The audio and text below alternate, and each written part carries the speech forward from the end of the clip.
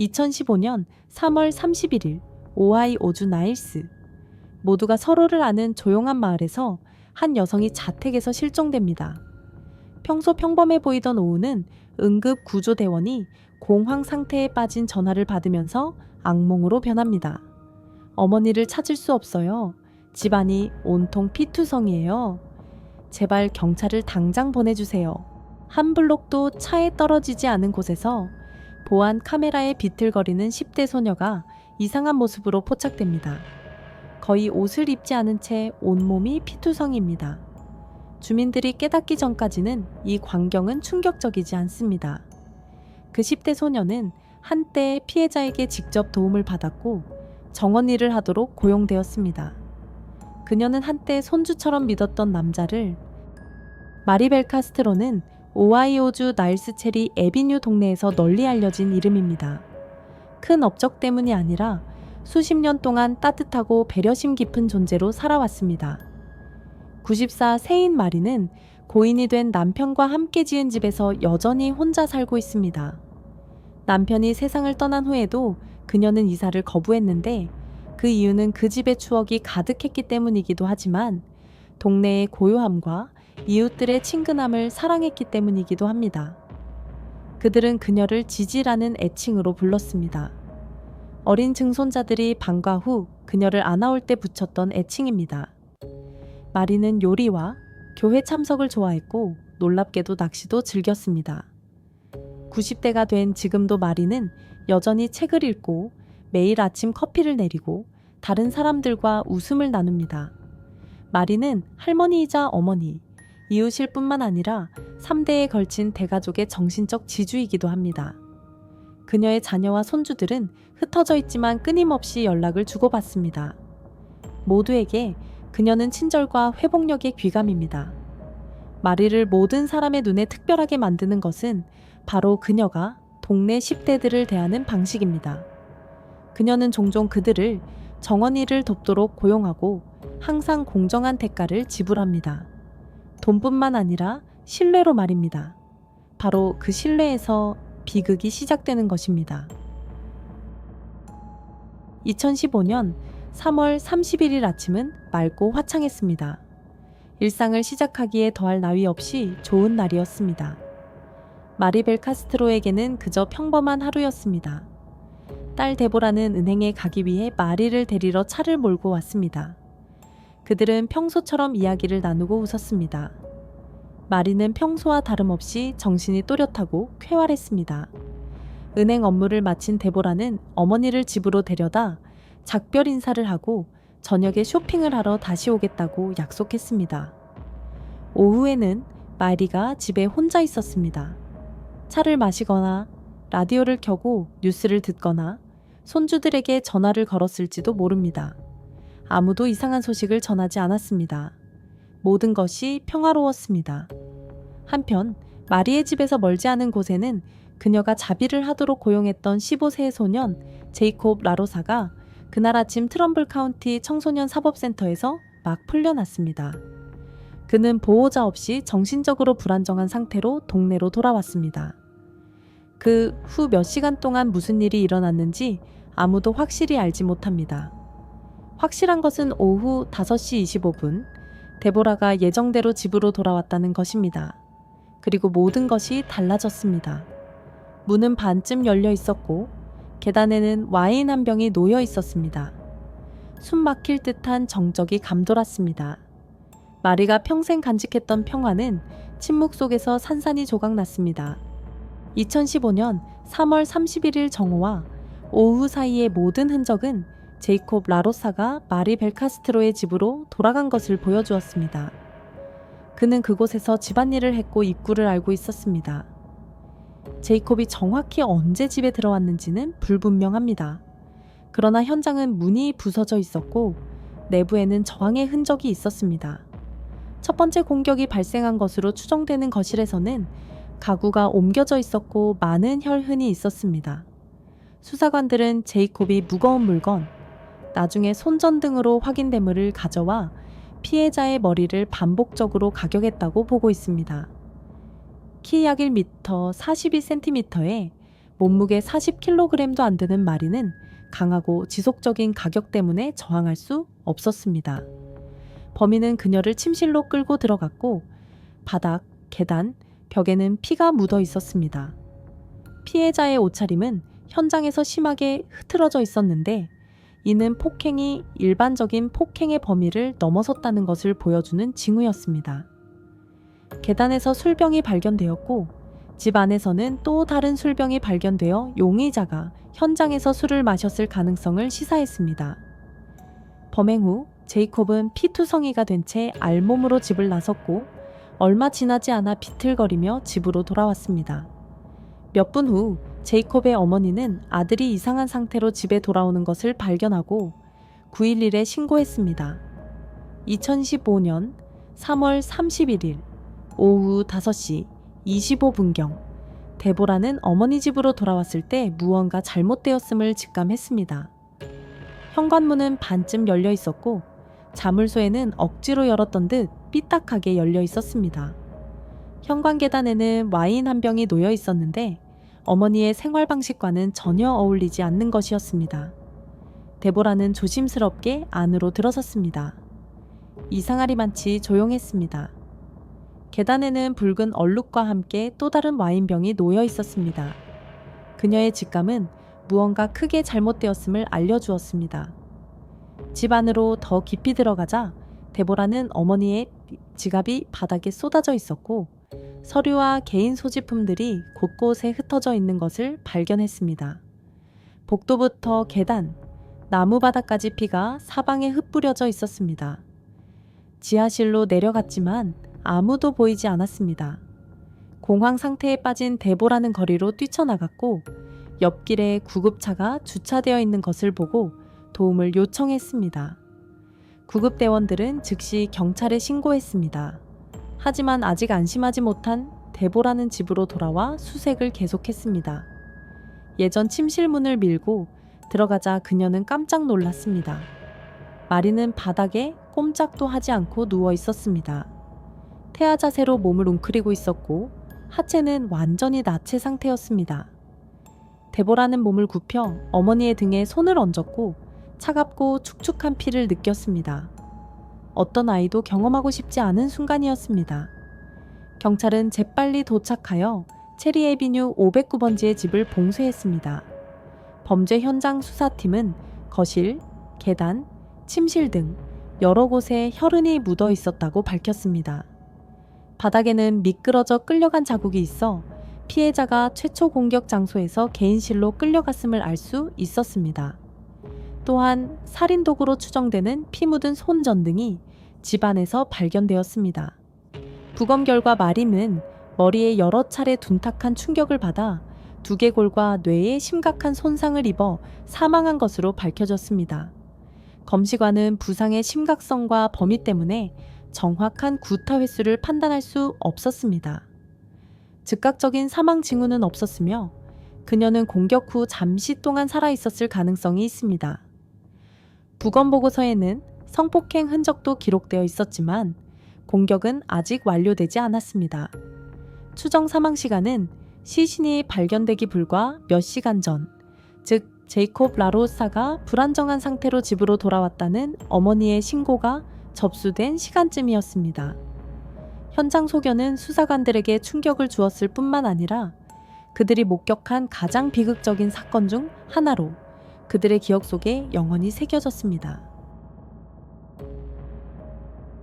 경찰은 체리 애비뉴 509번지 현장에 도착하자마자 사건의 심각성을 빠르게 파악했습니다. 증거는 이 사건이 극도로 폭력적인 공격이었을 뿐만 아니라 가해자가 자신의 행동을 은폐하려는 시도조차 하지 않았음을 보여주었습니다.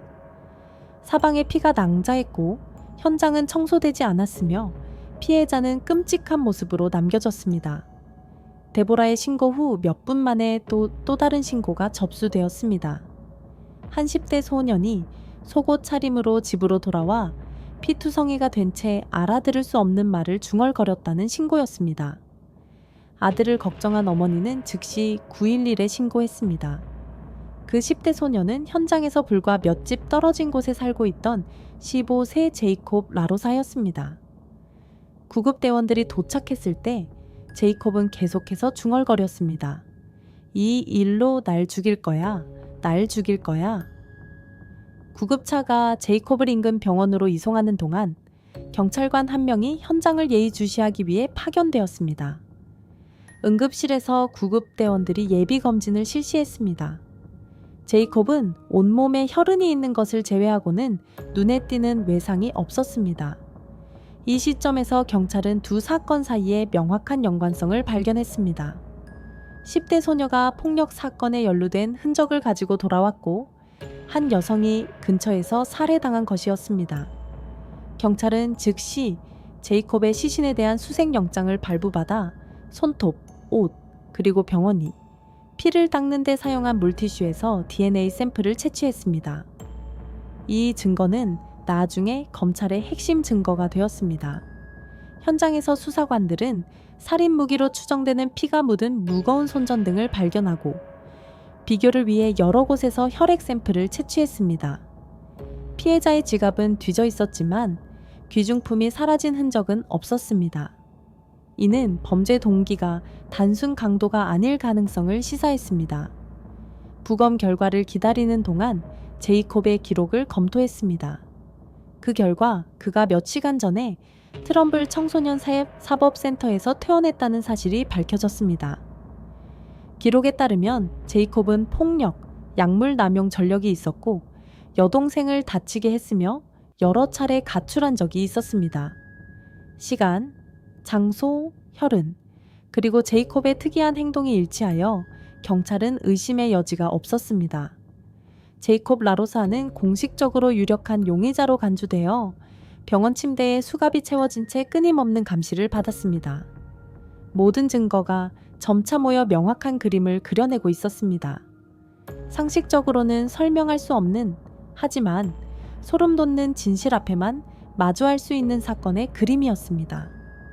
병원에서 침대에 안전하게 누워있을 때 제이콥 라로사는 여전히 멍한 상태였고 의식도 없었으며 같은 말을 끊임없이 반복했습니다. 그들은 이 일로 나를 죽일 거야. 당시 경찰은 제이콥의 불안정한 심신 상태로 인해 정식 신문을 실시하지 않았습니다. 그러나 절차에 따라 현장에 있던 경찰관은 제이콥이 입원 기간 동안 한 모든 말을 기록했습니다.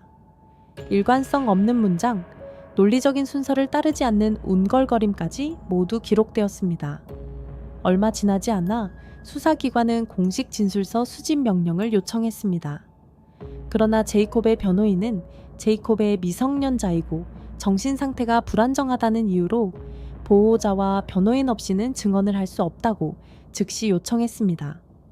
따라서 초기 단계의 정보 대부분은 목격자 진술, 범죄 현장 수사 보고서, 그리고 제이콥이 정식 신문을 받지 않은 상태에서 우연히 밝힌 내용에서 비롯되었습니다. 그러나 이러한 통제되지 않은 진술들이 나중에 부인할 수 없는 진실의 일부를 드러냈습니다. 제이콥 라로사를 유력한 용의자로 지목한 후 당국은 기소 증거를 강화하기 위해 신속하게 물리적 증거와 법의학적 증거를 수집하고 비교했습니다. 제이콥의 시신, 손톱 및 속옷, 병원에 있던 의료용 물티슈에서 채취한 혈액 샘플은 모두 피해자 마리벨 카스트로의 DNA와 일치하는 것으로 나타났습니다. 또한 현장에서 압수된 무거운 손전등에는 제이콥의 지문과 DNA가 모두 검출되었습니다. 또한 현장에서는 고의적인 폭행이 있었고 시신을 옮기고 집안의 기물을 파손한 흔적이 발견되었습니다. 특히 거실에서 위층까지 혈흔이 퍼져 있어 피해자를 끌고 간 흔적을 알 수 있었습니다. 또한 소년원에 있던 한 목격자는 제이콥이 나중에 보기 위해 시신을 숨겼다고 자랑했다고 증언했는데 이는 사건의 참상을 더욱 극명하게 드러냈습니다. 그 모든 증거를 종합해 볼 때 제이콥 라로사에 대한 사건은 완전했습니다. 즉, 모든 가중 사유를 고려하여 재판에 회부하기에 충분했습니다. 기소가 접수된 후 가장 큰 쟁점은 다음과 같았습니다. 당시 15살이었던 제이콥 라로사를 성인으로 재판해야 할까요? 트럼블 카운티 가정법원에서 4일간의 집중 심리가 진행되어 이 사건이 성인 형사 법원으로 이관될 만한지 여부를 판단했습니다. 검찰은 제이콥의 극심한 폭력성, 명확한 동기 부족, 그리고 높은 재범 가능성을 고려할 때 단순히 나이 때문에 가벼운 형량을 선고받는 것은 불가능하다고 주장했습니다. 한편 변호인 측은 정신질환, 가족력 문제, 그리고 그의 미성년자 신분을 이유로 이 사건이 청소년 사법제도에 계속 남아야 한다고 주장했습니다. 결국 샌드라 하우드 판사는 제이콥을 성인으로 재판해야 한다고 판결했습니다.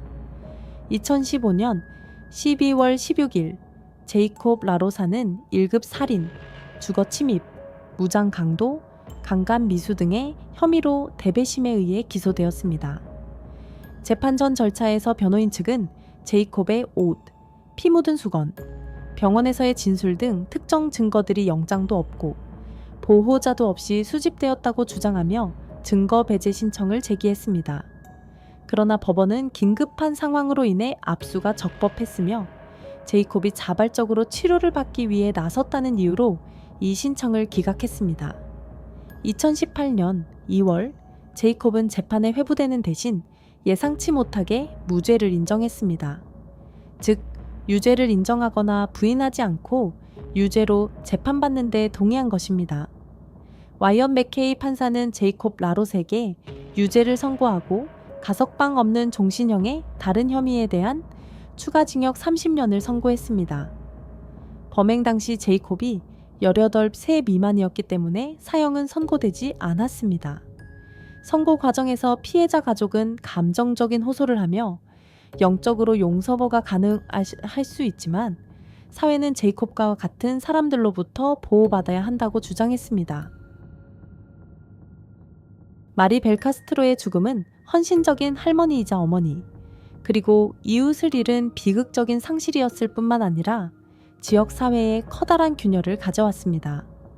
가족에게는 돌이킬 수 없는 상실이었습니다. 가족의 부를 지켜주고 명절 모임에 따스한 빛을 밝혀주던 사람을 잃었습니다. 그리고 무엇보다도 한때 집이라고 불렀던 집에서의 안정감을 잃었습니다. 이 장면을 가장 먼저 목격한 딸 데보라는 평생 그 끔찍한 기억과 함께 살아야 했습니다. 손자 브라이언은 이렇게 말했습니다. 저는 신앙 때문에 제이콥을 용서하지만 그렇다고 사회가 마치 아무 일도 없었던 것처럼 그를 돌려보내야 한다는 뜻은 아닙니다. 더욱 고통스러운 것은 2021년 오하이오주에서 새로운 법률인 상원법안 256호가 제정되었다는 것입니다. 이 법은 18세가 되기 전에 종신형을 선고받은 수감자들이 25년의 수감 생활을 마치고 가석방을 고려할 수 있도록 하는 내용입니다. 이는 제이콥 라로사가 40대 초반이 되는 2040년에 석방될 가능성이 있음을 의미합니다. 피해자 가족에게 이는 구원의 기회가 아니라 결코 아물지 않은 상처가 다시 열리는 것입니다. 그들은 상상도 할 수 없는 범죄를 저지른 사람이 사회로 복귀할 기회를 얻을지 모른다는 두려움 속에 살아갑니다. 반면 친절한 할머니는 결코 돌아오지 않을 것입니다. 이 이야기에서 배울 수 있는 씁쓸한 교훈이 있습니다.